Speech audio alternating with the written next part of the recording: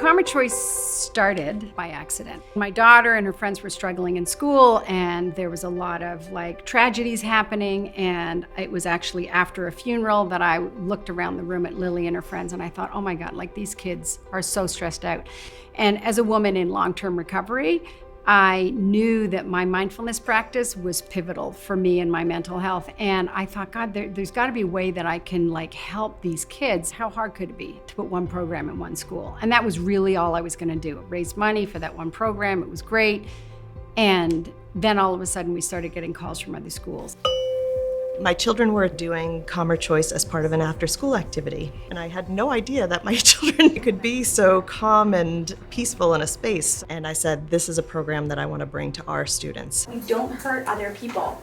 It helps reduce their anxiety, helps increase their focus, increases their resilience, which are the things that we think kids need right now. Karma Choice works both in schools and in community settings. In our schools, we offer programming for as young as preschool and up through middle school. Mindfulness for kids is essential to teach them the foundation of social emotional intelligence, coping with stress, with anxiety. It gives them that foundation to move throughout their lives in a healthy and mindful way. Frustrated, yeah. We have learned that a person can, with thought and focus, change how their brain works and even the size of different parts of the brain.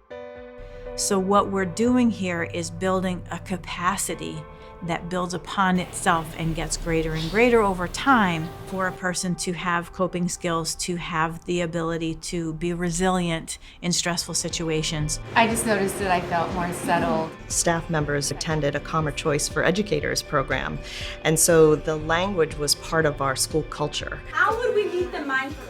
I loved the Karma Choice model where the teachers stayed in the classroom and they were part of that teaching.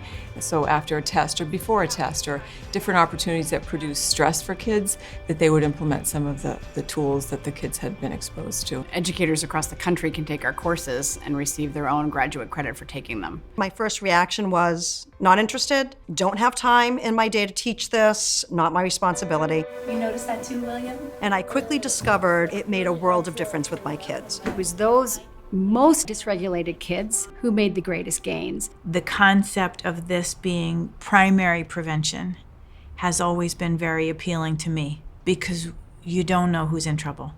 You don't know who's struggling. We need Karma Choice in our schools because without strategies for students to take care of their own social emotional needs, learning can't take place.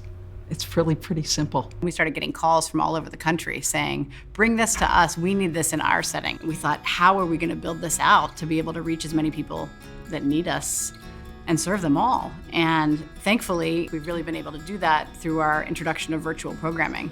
I'm going to go into now talking about how our brain and mindfulness kind of interact. We didn't know that you could teach mindfulness on Zoom, and it's really impactful. They made a great pivot towards the Zoom and the virtual, and I don't think a lot of people could have done that, but they did it. We were able to bring Karma Choice into people's homes for the first time. The parts of the brain by using... We're doing partnerships right now with DA's offices and first responders and nurses that are on the front lines of the healthcare situation that we're in. Really trying our best to meet the needs of the community where they are. I do a lot of work with police departments and fire departments and district attorneys' offices. And when we try to get them to understand what trauma is, and then we start to think about that, and then they say, well, what can we do about it? And then we start to talk to them about, mindfulness. With mindfulness, first responders have the ability to cope with the stressors of the traumatic event, and mindfulness gives you that great coping skill to live in the present moment, decrease that fight or flight on demand. It also fosters kindness, compassion, and understanding in their work as well. If you can be compassionate and kind to yourself, you're not going to hurt yourself. I believe mindfulness is almost at the highest level of importance for someone in recovery. Karma Choice is here, right, to engage the community in mindfulness, teach about mindfulness, and also back it up with the evidence. We're really looking at Karma Choice as a program that needs to increase its access to anyone who needs us. I'm super excited to see where we're headed. We've come so far, and have so far to go. I think mindfulness has the power to change the trajectory of someone's life.